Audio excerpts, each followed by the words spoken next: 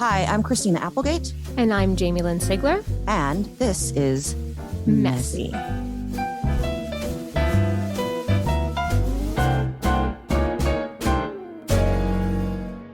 Hey, everybody. Welcome to Messy. It's Christina. Baby. And Jamie, how are ya? Oh, living all the dreams. Good. That's all I ever want for you. All of them dreams, girl. All of them dreams. How about you? I'm okay. I have my niece and nephew in town, which is nice. They're on their little spring break from New York. So I flew them down to be with me and the kids. I don't know how people with more than 2 children do it. My brother has 5, and it just blows my mind because I'm like, you make sure they're all fed, they're all happy, it's a lot. It was ambitious of me to invite them here solo and be their surrogate mama, but I'm loving it. It's nice. It's good. And then you're like, then you can take them back. Exactly. Then I send them back on the airplane on Sunday. There you go.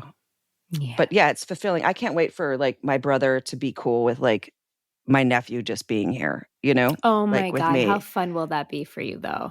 I'm seriously can't wait because he's now calling me Auntie Kiki, which is my favorite thing in the world. And he's so little and cute, but my brother is beautifully helicopter. It's just such a sweet thing to see. Is this his first baby? Yeah. Yeah. And his beautiful wife, Kelsey, is one of the coolest people I've ever met in my life. But I'm sorry, Kyle, I don't mean to call you helicopter. You're a first-time dad. It's a caring dad, a first-time parent, yeah. But it's usually the mom who's like, don't touch, wash your hands, sanitize. Yeah. What are you doing? No, he can't have that, and I love it. I love it so much because I'm like, I was so that guy. Yeah, you know what? I've been reprieved of that because Cutter is like that. Cutter is the wash your hands. Cutter is the put that down that has dye type of guy. Dude, my kid didn't have a cookie until she was 8 years old. I swear to God. Shit. I'm like, you will be vegan. You will have no dye in anything that you eat. And even the air is bad. I was so insane. Now she's like, can I have a princess cake for breakfast? I was like, yeah, do whatever you want. I don't think Just she would eat mind it. me saying this. My friend Stacy Keebler, I don't know if you know her, she was the WWE wrestler back in the day. Mm-hmm. She's a dear friend of mine, and she is as healthy as it can get, as are her children. And I praise her for it. She's sort of my well of information when it comes to wellness and biohacking and things like that. But her kids had come over this past Halloween to trick or treat with my kids.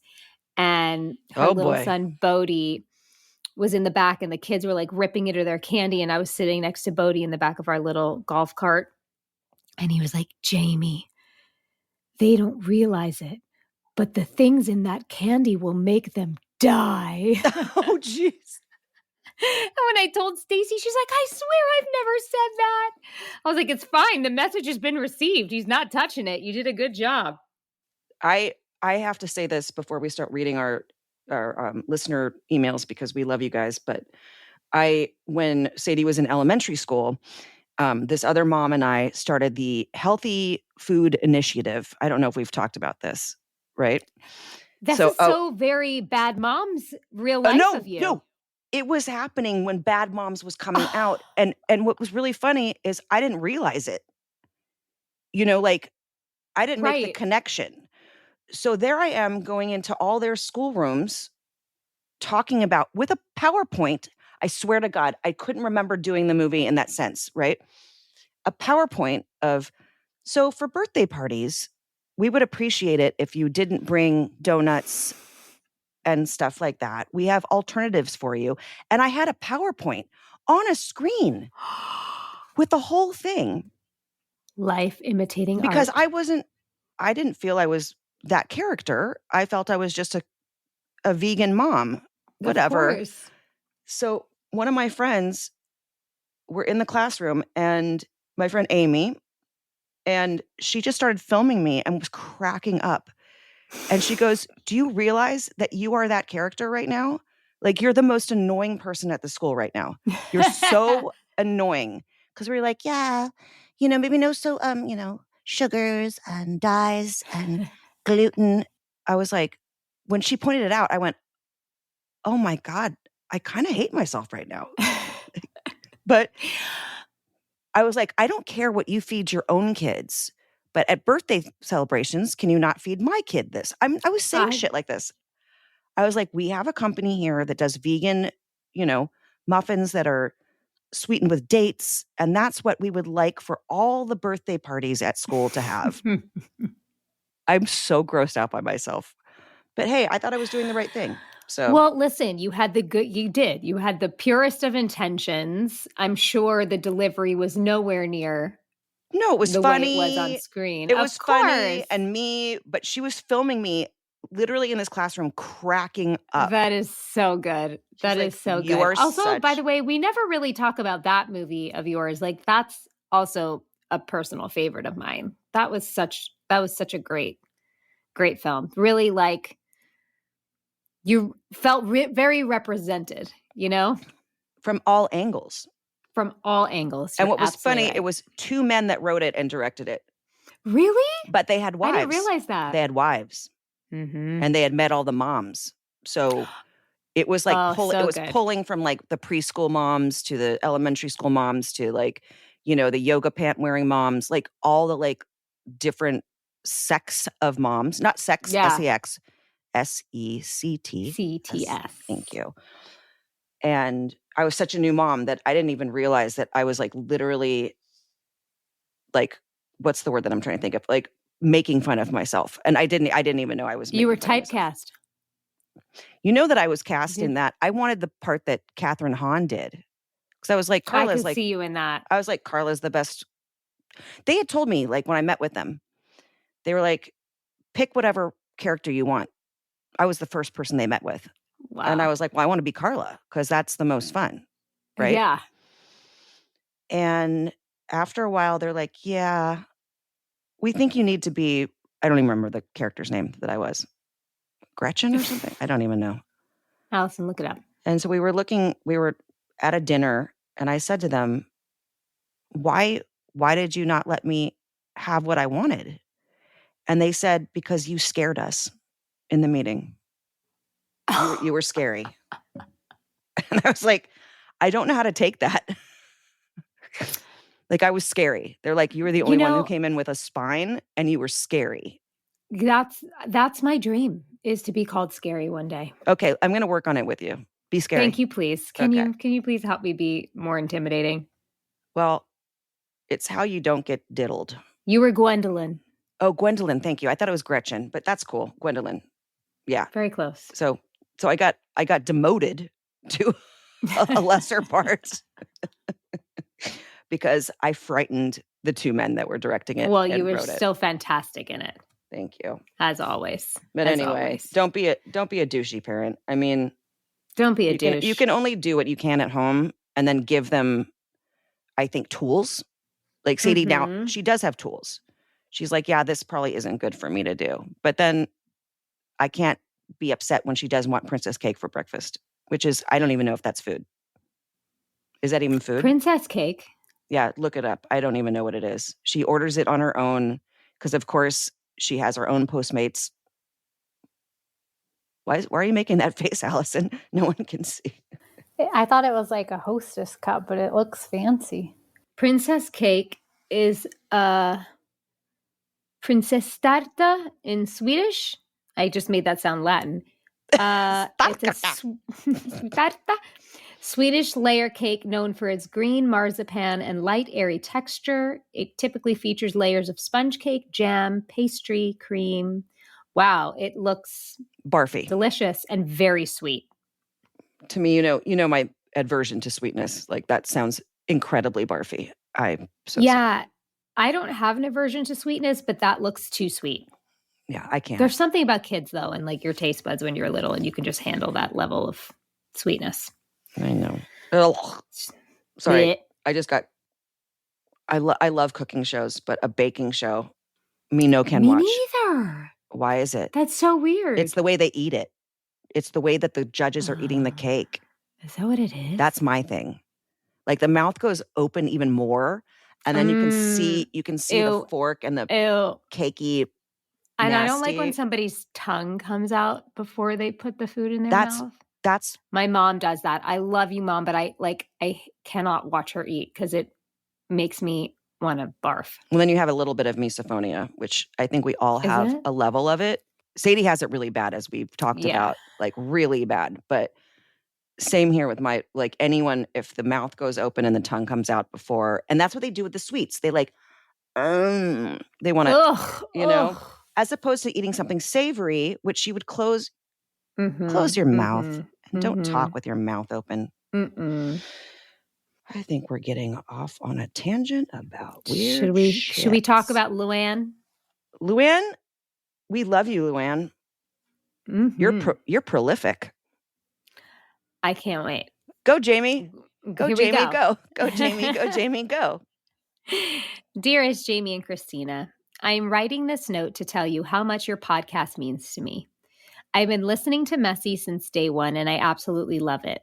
You two accompany me to work every Tuesday, and I find you both so therapeutic.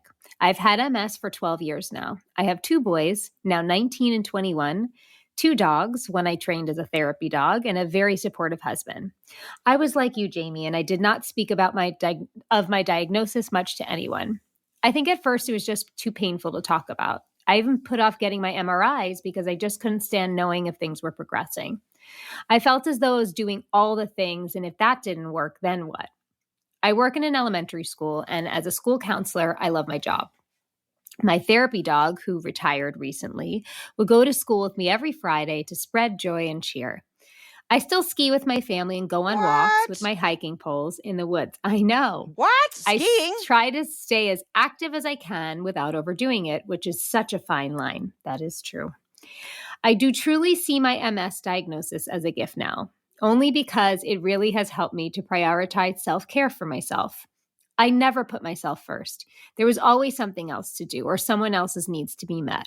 But now I do my yoga sequence just about daily. I take my supplements. I try to get my 8-ish hours of sleep. I drink my water.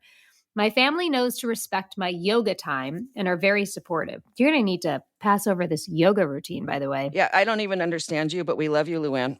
Go ahead.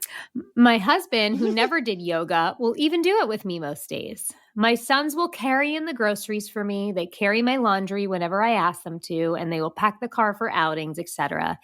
And my husband, he really is the best. I am so blessed to have his support. He's always brainstorming ways to troubleshoot things when I say there's no way I could do that. For example, he bought me an e-bike so I could keep up on longer bike rides. Fucking love e-bikes, by the way. Yep. E-bikes. Jamie, we've talked about bikes. I can't balance on a bike. I know, but we're going to sit in my cul-de-sac and I'm going to hold the back of it for you. And we're going to try with an e-bike. Okay. Sorry. Please. I would sorry, love Luann, I'm interrupting. He put an extra railing in for our staircases. The list goes on. Yes, MS has taken some things for me, but it has also given me so much in the form of love. People who now know are just so supportive. I feel blessed to have the love of my family and friends, and I am no longer ashamed to own my MS diagnosis. It is the hand I have been dealt, and I'm trying to make the best of it. My mantra every day at the end of my yoga sequence is health, healing, and happiness for me, my family, my friends, my community, my state, my nation, my world, and my universe. So essentially, I'm constantly sending you all good vibes. Oh, and I finally, with the support of the messy community, worked up enough courage to get my MRIs again yesterday. I remember what you said, Christina, about how your therapist told you to imagine your doctor saying, wow, I've never seen lesions heal themselves like that. I said that to myself in the tube over and over, and now I wait to hear how it went. I love you, ladies, and Allison, too. Keep on keeping on, and so it is. Wow, I have to remember that advice from you. Luann, I want to Freaky Friday you. Can I just, Luann? Right? And I'm also promoting my friend Jamie Lee Curtis' movie, Freaky Friday. I think I need to Freaky Friday, Luann, because this sounds like the worst nightmare turned kind of dreamy and kind of beautiful. And God damn, good for you, Luann. That sounds awesome.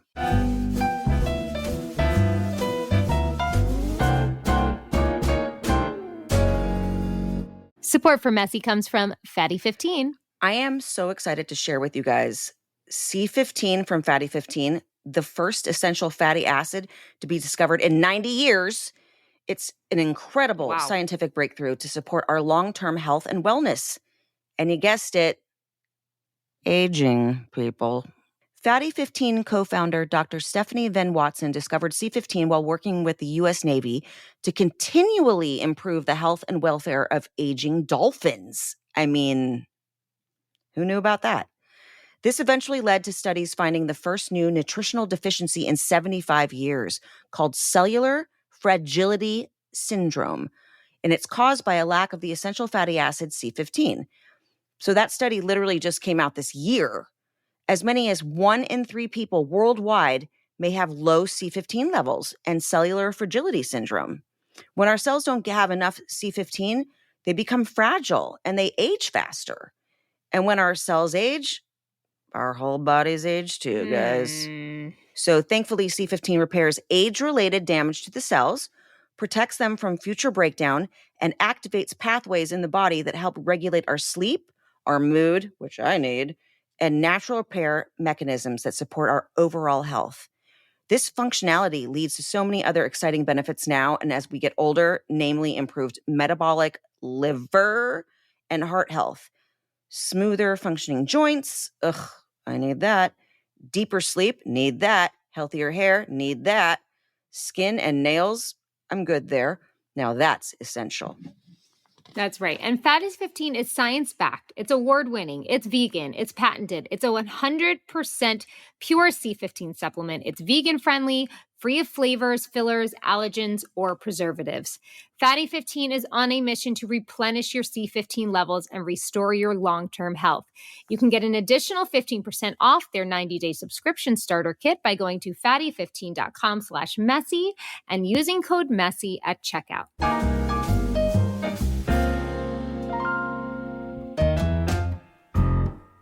That's like the mind fuck, for lack of a better word, about this disease, because the way in which it affects everybody physically different is not your fault a lot of the time, right? It's not about something you did do or didn't do.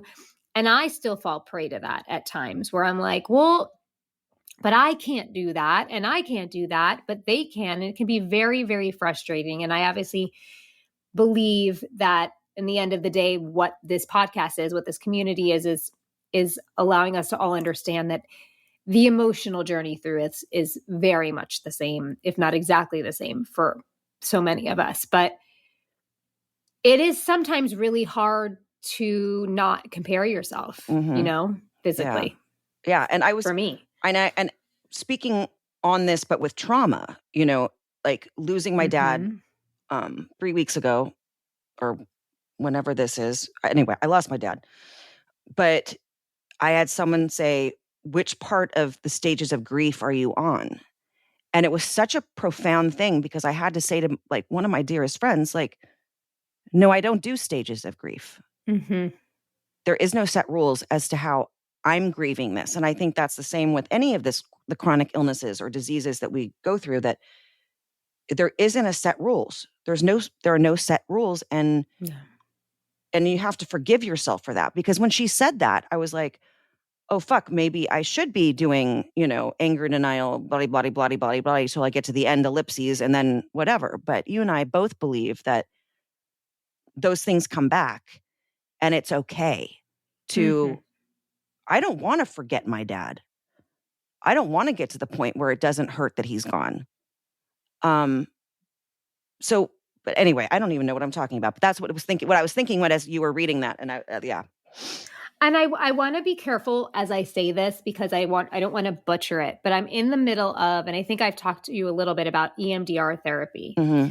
And a lot of the ideas behind it is, and Allison, maybe you can look this up to make sure that I'm saying this right. But so when trauma happens to us, we're kind of in a sensory overload, right? Where like all the areas are either firing or shut down or whatever it is.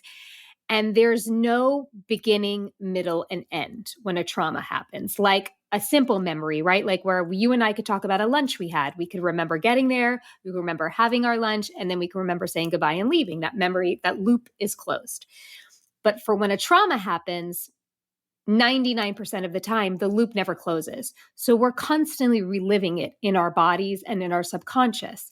What EMDR does, and I can speak to a particular moment that I had, and I'm not going to get specific about what it was about. It actually had nothing to do with MS, but it was at a moment in my childhood that felt incredibly traumatic to me, and it felt incredibly scary. And I know is a deep root of a very specific core belief I have in that I believe about myself and the world and the way the world feels about me, that I know deep down is not true, but I can't unbelieve it because of this trauma loop.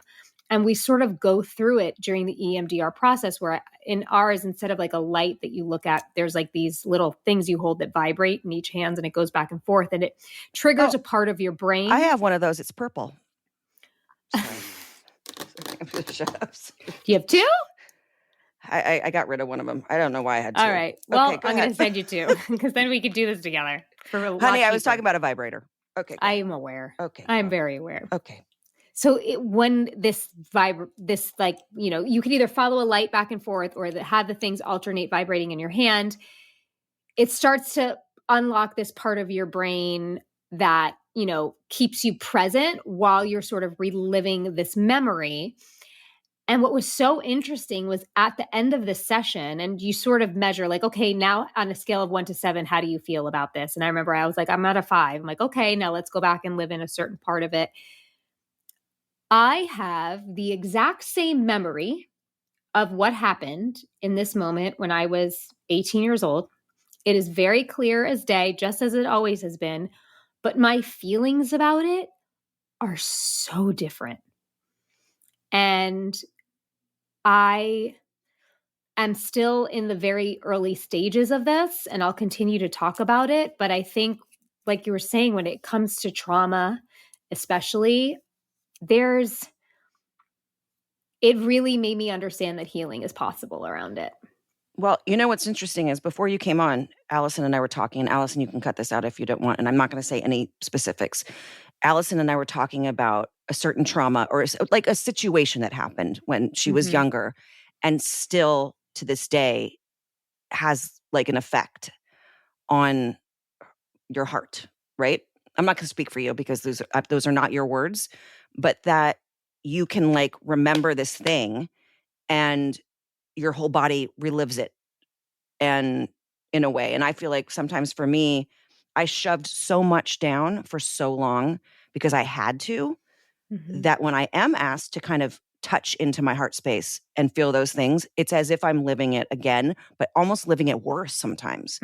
Like I never got to cry about some of the things that I went through. Right. And now through some work that I've been doing that I've paused, of course, because you know me, I get to like almost to where it feels like it's helping. And then I'm like, nope, it's not helping. But it's like I relive that feeling. Because I don't want to feel it. I don't want to feel it. Or is it because you've actually never given yourself you've never had an opportunity to move on from these, or not move on, but I don't think feel ever move differently on.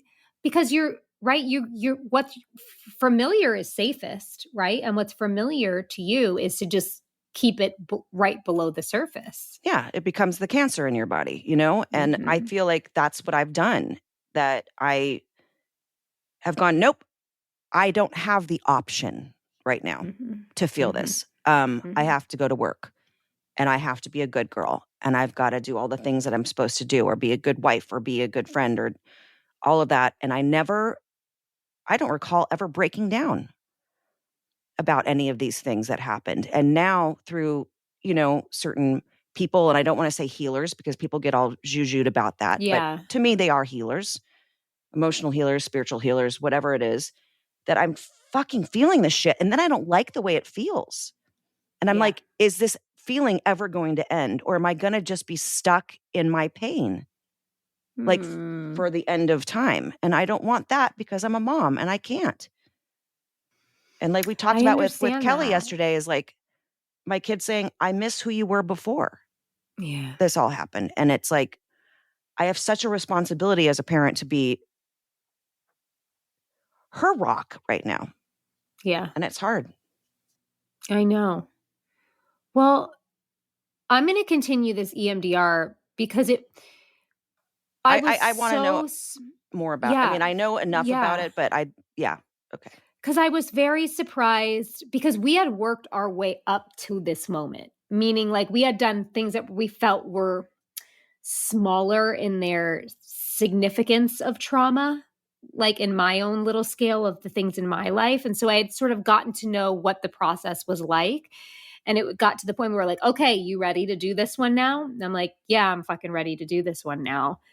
And I've had other sessions where I was really raw for a couple of days after and, really had to excuse myself multiple times with my family of kind of where I was at. And I was really expecting that with this one. And it was quite the opposite. It was quite a relief. And I'm interested to see as I go on if this can help me shift things that I feel specifically about my body, Your body. My I like that you gave it like a lot of syllables. Well, it's very complicated. No, it is. My body. My body. Yeah. Fucking hell. That's all I have to say. Fucking hell. Well, and just to close that loop, Allison wrote me exactly what it is. Basically, the process is believed to help the brain reprocess and integrate a memory, reducing its emotional impact. That's kind of what I was trying to say. But okay, what I was going to say about this, can I say this? Because then I'm like, what if I don't do it right? What if I don't do it right? You can't not when you're in the hands of but I don't think there is a right or wrong. That's what I mean. Like, what if I'm not getting the benefits from this, or it's lessening the trauma feeling, or it's lessening the pain in my stomach and my trauma ball? Am I then totally fucked? And that's not like a question that I'm actually asking. I'm asking that for all of us. Like, if you're then not feeling like you've moved past it, are you doing it wrong? And I don't want anyone to ever feel like the steps they're taking to kind of deal with their traumas they're failing at it. That's always my thing is like, am I failing at this thing that's supposed to make me feel better? Here's what I'm going to be brutally honest with you right now. I don't think there is a scale. I don't think there is a measuring system of right or wrong. I can tell you with the professional that I'm with that there is no expectation of how you will feel after. There is no expectation. She's told me it could take months to get through it, if at all. It's just but what I think is the trepidation of doing something like that is living another way. And I understand that it could feel very scary to think, oh, if I'm opening Pandora's box, I don't want it to be more fucked up than it was before. But I can only speak from my experience that it has not felt that way. And I can understand that. Look, what's gotten me through almost 44 years of my life is not dealing with this shit. But I'm also feeling like I don't want this always right below the surface. Like I'm really, I want to give myself an opportunity to see if I can move past this. And to wrap it up, I will say, I truly, truly believe with all of my heart that there's no way that you're worse off from doing something like this. And again, especially when you're in the hands of a professional, but again, going into it with no judgments or expectations of because you have no idea how you're going to feel after. And she told me that. I don't know where this is going to land for us. It might take us from a 7 to a 5, and that might be it. But that could be enough. That could be it. It's better than before. We don't know. And also a lot of things came up that, like, you have these images come and she'll tell you, stay with that, stay with that, stay with that. And I'm like, but that has nothing to do with but that's what my brain wanted to bring up from the filing cabinet. And that's what means something. So food for thought.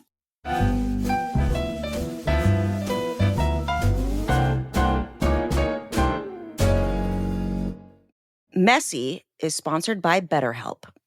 So guys, mental health awareness is growing, but there's still progress to be made.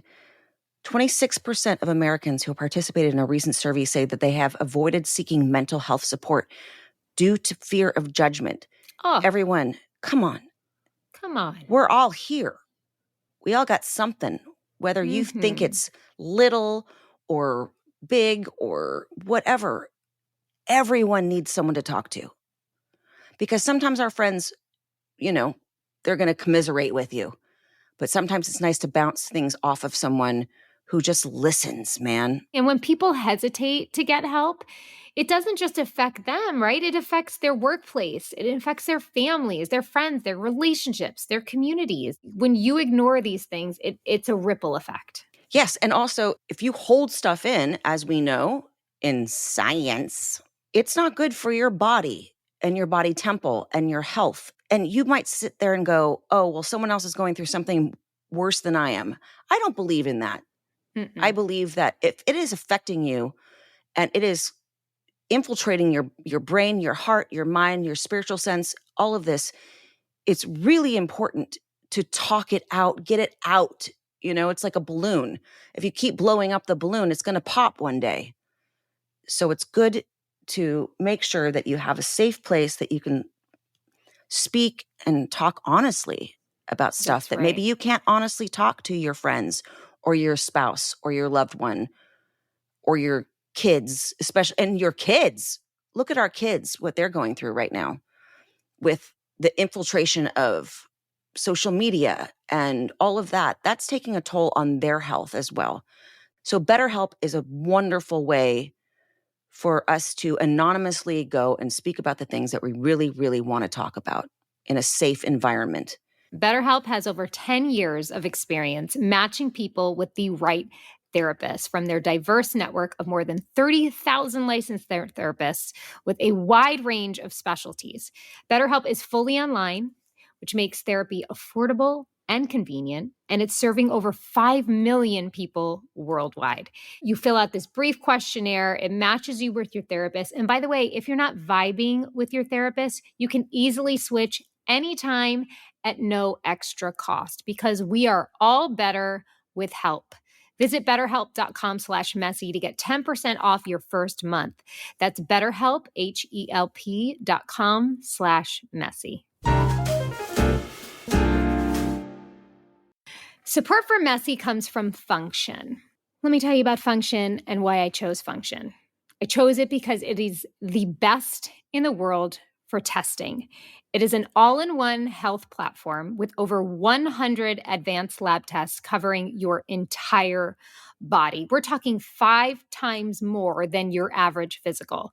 They are doing comprehensive tests that are focused on critical biomarkers. It offers testing twice a year, and it is available through the US, and it is super easy to use. It's recommended by the people that we go to for these things, like Dr. Mark Hyman, Dr. Andrew Huberman, Dr. Casey Means, and hundreds of other health experts. In the Function membership, you can check things like where you want to manage your stress. So they're going to check your cortisol and your DHEAS levels. You can see how food and emotions are playing into things, or you can check your insulin, your vitamin D, because diet does affect our mood and energy. If you're needing to increase your motivation, they'll check your magnesium levels, your B vitamin levels. If you want to optimize hormones, they'll check for testosterone, estrogen levels.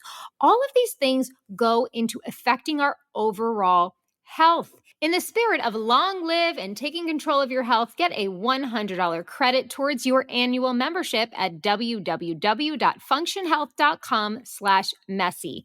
That's a $100 credit only for the first 1,000 listeners. Sign up at www.functionhealth.com/messy.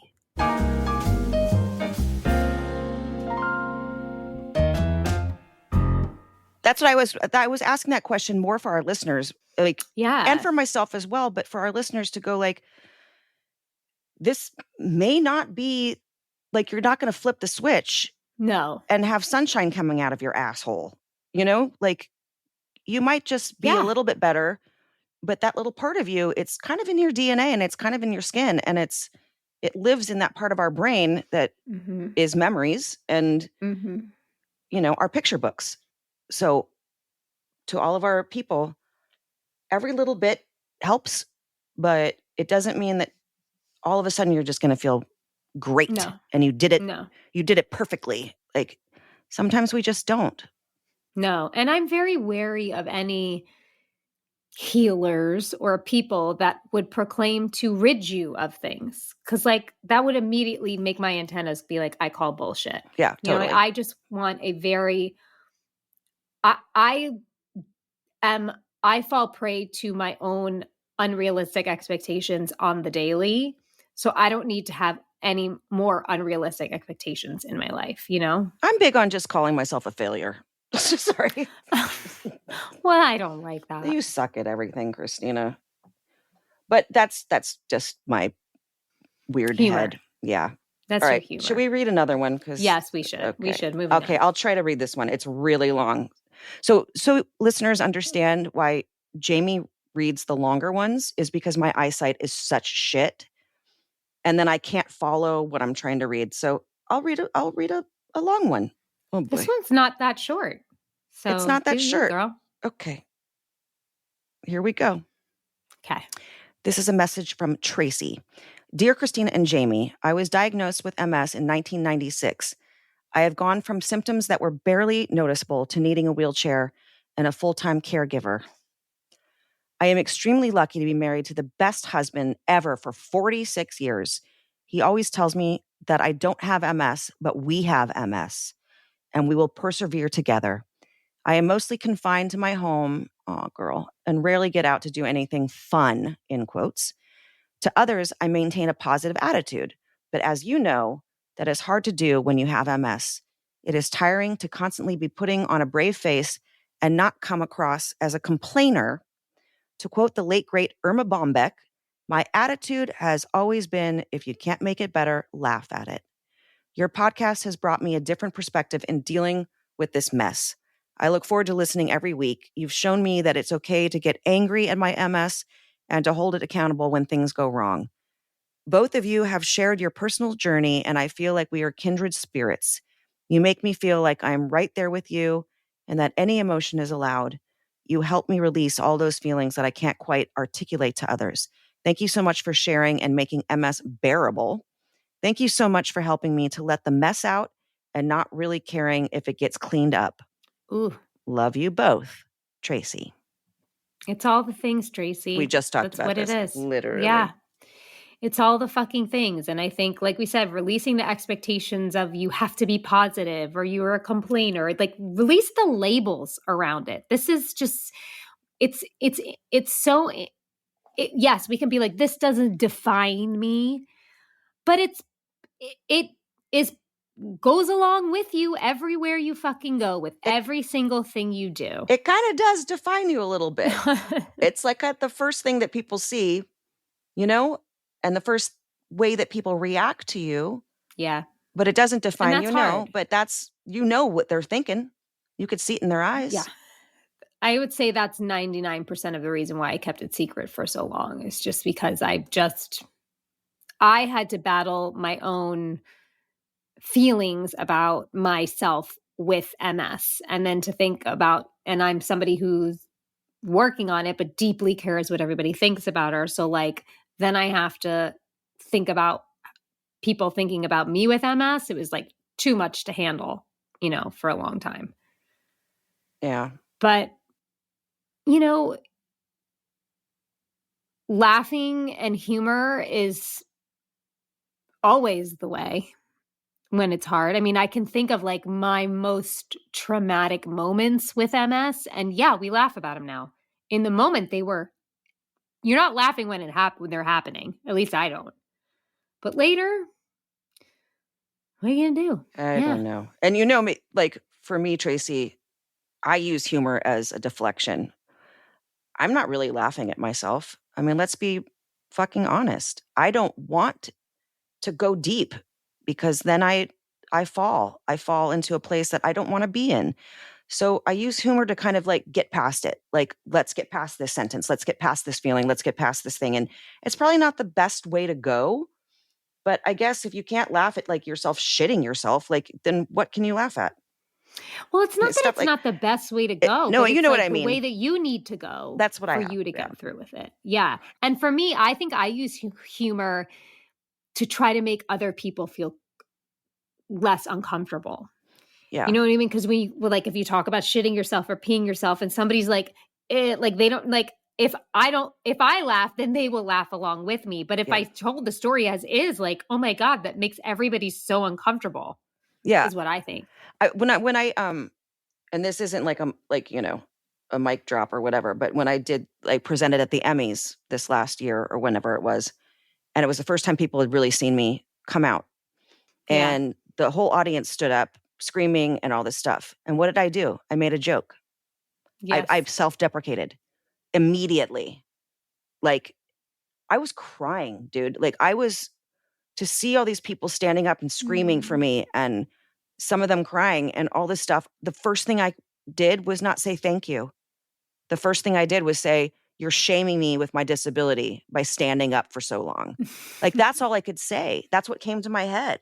But that's your charm. I know, but it's also like, why couldn't I just be in the moment and like you were really love that the first time in my life that people were like, we appreciate. See, I'm going to start to cry.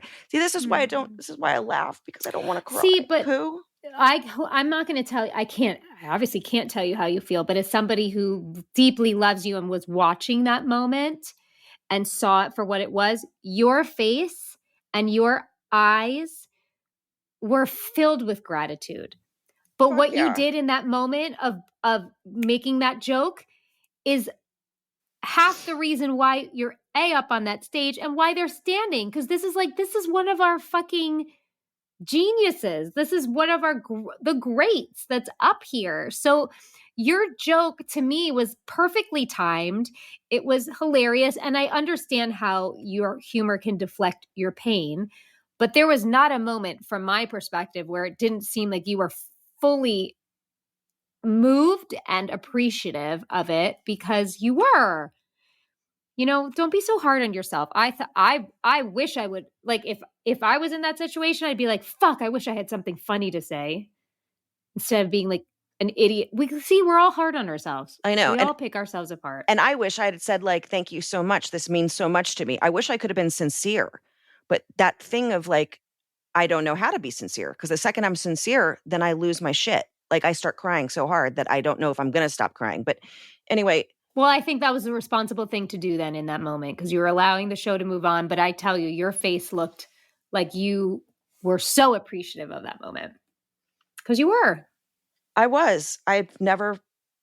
No one's ever stood up for me. So it was really.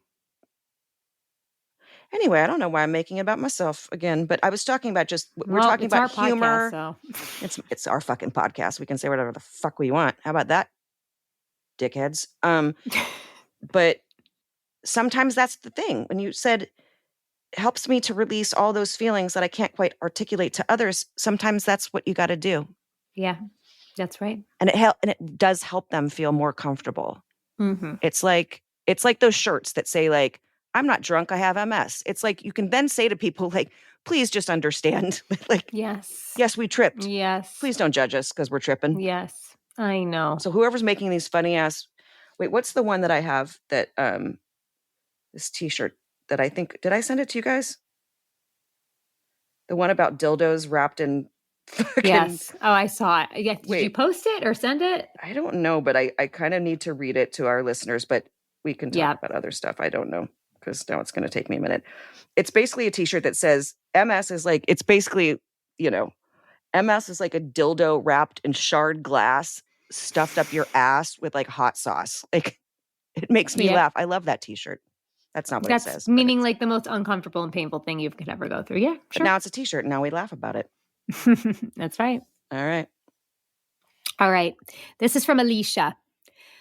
I'm so happy I found you. I was just diagnosed and I am devastated. I am in the process of picking a DMT and I'm terrified. I will pick my meds, I will be comfortable with it, and then a few days later I will panic.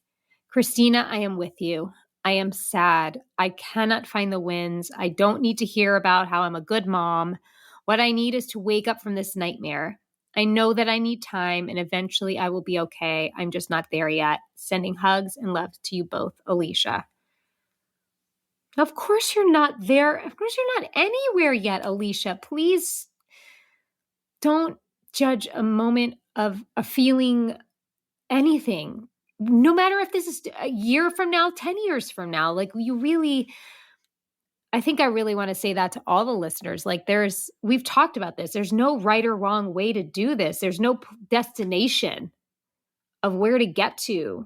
Like,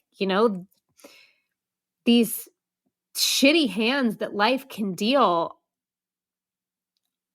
don't always lead us to the same places. They just don't. And you just found out. My gosh. Yeah. And there is no there. There's only here. There's no there. There's only here, girl. Like tomorrow might be different. You might feel like absolute shit today and tomorrow feel like less shit. I always say less shit. And that's very disconcerting to a lot of people, I'm sure, because it doesn't give a lot of hope. I'm just saying, like, give yourself a break. Like, you may not feel like how you were before you were sick. But you're going to have better days. That's kind of the disease. That's its MO. Mm-hmm. It's modus operandi. Yeah. And, like, I think I found sometimes I can ruin a perfectly pleasant moment by thinking about it too. You know what I mean? Like if everything's fine and then it can creep in my head about it, I can get, you never know when it's going to hit you. You never know how it's going to affect you. I've had moments where I physically struggle so badly through whatever I'm going through and I'm okay. And then I have moments where I'm like fine and there's not really much that's getting in the way physically, but I'm miserable about it. It's really unpredictable in all of the ways. And I think as the sooner you can just surrender to that, not saying the easier it'll get, but the more you can just accept that this is a reality of living with a chronic illness. Yep. Okay, I found it. Great. Read it. Fuck MS. Fuck it with a barbed wire dildo dipped in a hot sauce and then rolled in tiny shards of broken glass. Fuck it. Yeah, so it's not about being up our ass. It's about being up MS's ass. It could be up your own ass or someone else's ass. Doesn't matter. But it's not a good thing. Nope. A barbed wire dildo sounds like a real unfortunate Saturday night. Oof. Not one I ever want to experience. Oh, Alicia, you know what? You just keep sticking with us and we're going to talk you through it. Mm-hmm. Because Amen. You're never going to hear us say, we did it. We're still doing it. Maybe. Oh, shit. Maybe. But if we do, you will too. Yeah. We'll be the first to tell you. Yeah.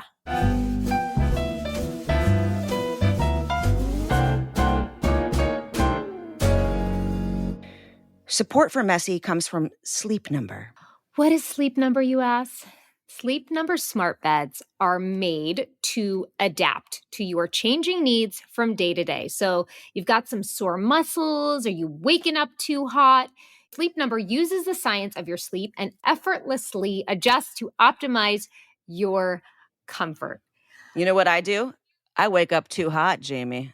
Well, we've got some help for you. Oh, you mean temperature-wise. Sorry. Oh, well, that's for another conversation. We'll think of another ad for that one. But there's 3 smart reasons why Sleep Number might be made for you. First, you can personalize your comfort. So your side of the bed, we're talking your firmness level, your temperature. You change it to whatever you like. Then they've got the Stay Cool Climate Series smart beds, which cool up to 20 times faster than any leading competitor. And also, this will help you stay asleep because it responds and adjusts to you and your body all night long. They also have other temperature solutions like their True Temp bedding, which is designed to move heat and humidity away. You can cool, like we said, at the touch of a button with the dual temp layer that can be added to any bed, any side. And their all Sleep Number smart beds are featuring cooling layers for soothing sleep throughout the night. So why choose a Sleep Number smart bed? So you can choose your ideal comfort on either side. And now it's the Sleep Number Everything Smart Bed Sale. Every smart bed and base are on sale during their Memorial Day event. That is up to 50% off, limited time, exclusively at a Sleep Number store near you. See store or sleepnumber.com for details. And please tell them where you got your info. Mm-hmm. It would be messy podcast. That'd be us.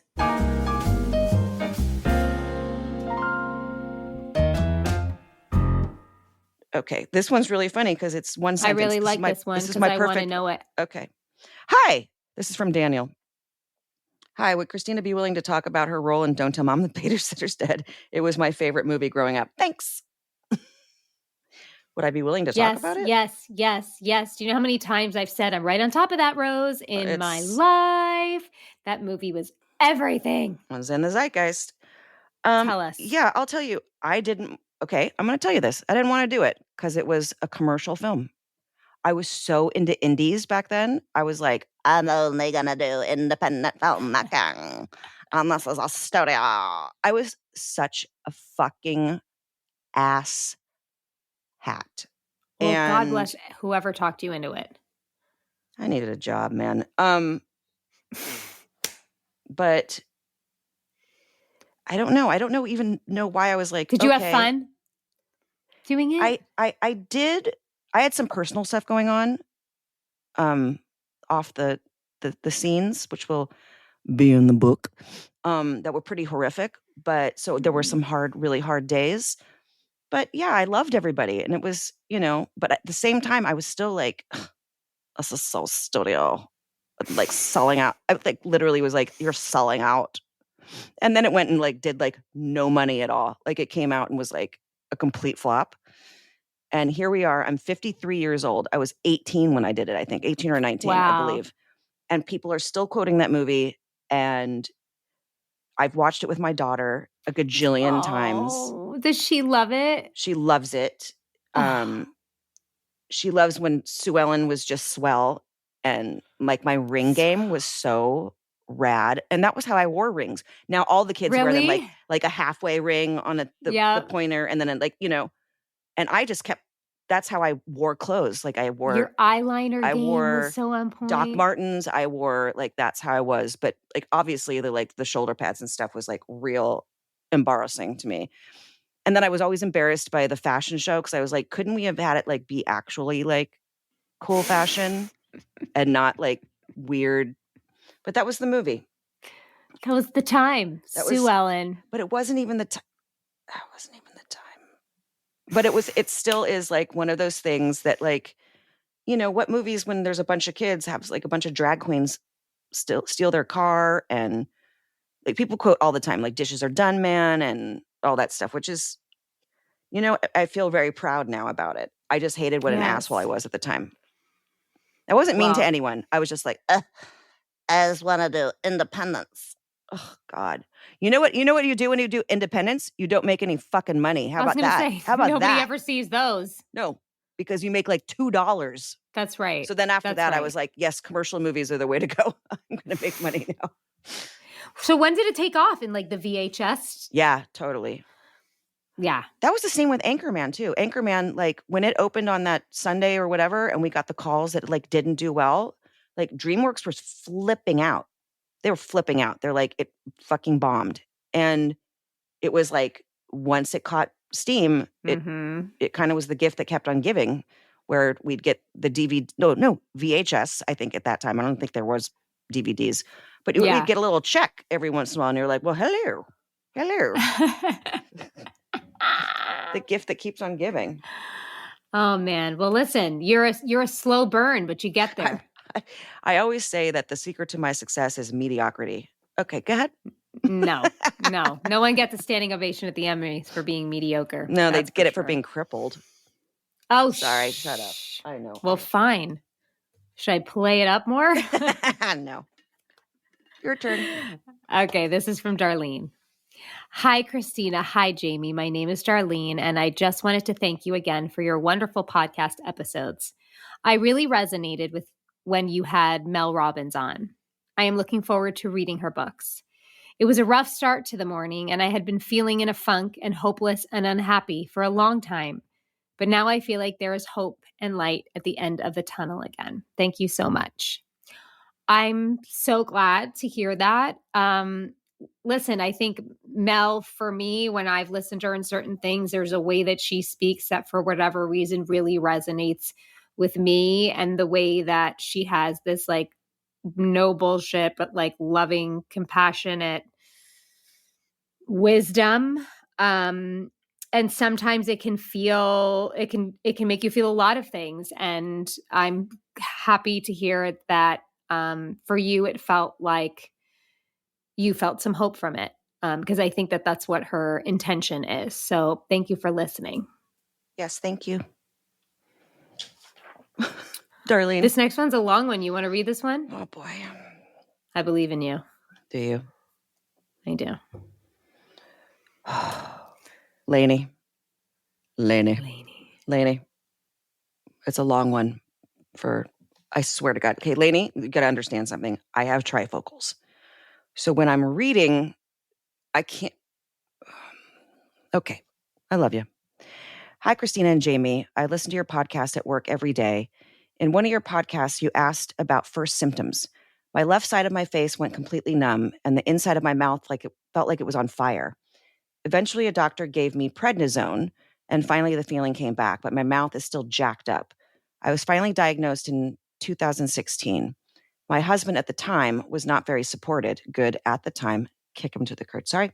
I had asked for a divorce months before I was diagnosed. I spent 4 days in the hospital getting IV steroids.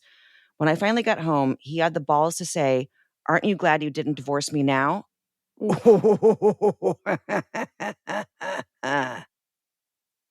That's why I hate you laugh. In my head, I was thinking I have to get better and get me and my preteen daughter out of this. On my first visit with my neurologist, I told him, who turns 42 and was diagnosed with MS. Wait. She's saying she told him who turned, like as if she's saying. Okay, so you don't understand. I can't see. I know there wasn't a punctuation for you to understand that though. Lainey, we got to work on your punctuation. And is diagnosed with MS and leaves their husband. This girl. He looked a little confused. Then he laughed. He said that I have a good attitude and that will help me. Well, attitude only goes so far. I get vertigo a lot, so I miss a lot of work. I keep thinking that one day I'm going to come in and there will be a box on my desk. So far, so good. I have been lucky in that aspect. I really enjoy listening to y'all. I don't feel so alone. I crack up every time Christina says pivot. Pivot! Anytime someone says pivot, I automatically see that episode of Friends and I crack up. I just wanted to thank you for being the bad bitches that you are. Keep on keeping on, lady. Yes, call me a bad bitch. Pivot! Lainey, you're a bad bitch. You are a brave motherfucking bad bitch.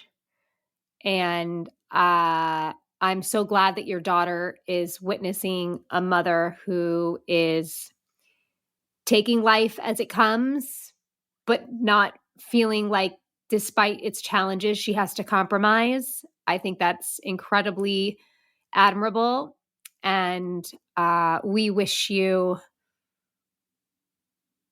so many good things and so much love and health and light. And I hope that you, if you want to, find somebody eventually that will be proud of the bad bitch she gets to stand beside. And I do believe it exists. It's a needle in a haystack, kid. I'm not going to lie. But that person that looks at you and loves you despite all of it, and in spite of, despite of, and in glorification of, that person will be there. But also sometimes you just don't need a person. That's true. You need your kid and your best friends. That's that. Amen. Yeah. Amen. Why don't you read this one? Because this one From Emma is a response to our response to her response. Oh, great. Hey, Christina and Jamie. I am the Emma you asked to hear back from. Thank you so much for answering my email. I have only just managed to listen to the episode now as I've been catching up on all your episodes in order, so I just got to it. I had my MRI 2 weeks ago and I got my results last week. There's no evidence of lesions, so now I'm waiting for my follow-up appointment with the GP. I'm cautiously optimistic at this point, but I'm not sure what happens next. My blood tests have ruled out diabetes and vitamin deficiencies, and the GP mentioned the possibility of an MRI for my spine during my first appointment, but I don't know whether you can have lesions on your spine but not your brain, so don't know if this will be discussed. You can, I believe. I guess we keep looking at other things until we work out what's going on. I'm in the UK, and whilst our NHS is brilliant in so many ways, the wait for an MRI in my nearest neurology department was 46 weeks. What the fuck? Come on. So I ended up going privately. Wait, I shouldn't say come on because we live in... I'm going to shut up now. Oh, is that like a thing to say in the UK that's... No, because they give people, medical treatments as opposed to here where we pay into it. Right, and I was just making fun of our country. Sorry, I'm going to shut up now. Yeah, Read. no, yeah. But she ended up going private. Okay. I'm hoping I have more answers in coming weeks, but I think it's unlikely. For now, at least, I'm okay. The last few weeks of not knowing have been bearable because of you and your honesty. If I do go on to get diagnosed with this at some point, you have both made me realize that whilst it's shitty, it doesn't have to take away who I am. I had no idea what life with MS looked like in reality, and I will be forever grateful to you both for opening my eyes up to it in a good way. Thank you, Emma. Oh, Emma. First of all, I want to say that I mean, you are in the UK, so whilst is something that you use, but I use whilst all the time, and I think I'm probably the only person in this country that says whilst all the time. I love that you do that. I've never used that because I'm not. You've never noticed when I type. No, I've noticed that you do. Of course, and it's not being bougie. I just say it. Sorry. Own your bougie bad self. Okay. I was going to say this because, and Jamie can speak upon this as well. I have lesions on my brain, but not on my spine. Jamie has lesions on her spine, not on her brain. So again, we're talking about... I have one speck on my brain. She has one speck. Oh, you have one speck on... Okay, but that's what I'm saying. I have 30 on my brain and nothing on my spine. So again, we get back to, there is no rule book for this. There is no, you can open it up and go, appendix... this, not your actual appendix, you know what I mean, in a book. Yeah. And some people, get diagnosed quickly, and some people it takes a while. Yeah. That. And that. We're tired. We're tired, guys. We're tired. We've talked for almost 55 minutes. Have you had enough? Yeah, and we talked yesterday with our favorites person ever. So we don't know when that's coming out. And if it is before this, by the way, we did Kelly Ripa's podcast yesterday. And yeah, she's so cool. Gonna just have to say, kind of one of our favorites. Oh yeah, of being a guest on. Yeah, she's gonna come on, but being a guest of, well, I'm sorry, Conan too. Sorry, we have so many good peoples, but we've been so many. We're so lucky. We're so lucky. Aren't we so lucky to have MS and then people actually want to talk to us now? We'd have none of this without it. No, without MS, we'd have no friends. Shall I read a card? Please read a card, my love. And thank you also to our listeners for always engaging with us. Continue to do it. It means so much to us and gives us also a chance to kind of reflect on what we're dealing with in life. And then we can talk to you, and you always continue to talk back to us because, well, don't talk back, call me a bitch or something, but or bring it. You can call me a bitch. I don't really care. But let us engage in conversations because that's what this is all about. Yeah. All right. Card time. You will always have to live with yourself, and it is to your best interest to see that you have good company, a clean, pure, straight, honest, upright, generous, magnanimous companion. I get that. That's a lot to live up to. But we've no matter what, MS or not, what trauma or not, you got to live with yourself. Who was our girl that we were talking to who has the asshole husband? Who was it? Was it that left him? Yeah, that left her. Who was one it? Was it? Douche. Okay. The person that the douche was being douchey, are you listening to what we're saying? Lainey. There you go. Lainey, girl. Lainey, you got this. You got this. We all have got this. Yeah. We love you. We love you. And so it is. And so it is. This show is executive produced by Christina Applegate, Jamie-Lynn Sigler, and Allison Bresnick. Our audio engineer is Josh Windisch. And if you want to show us some love, don't forget to leave the show a rating or review.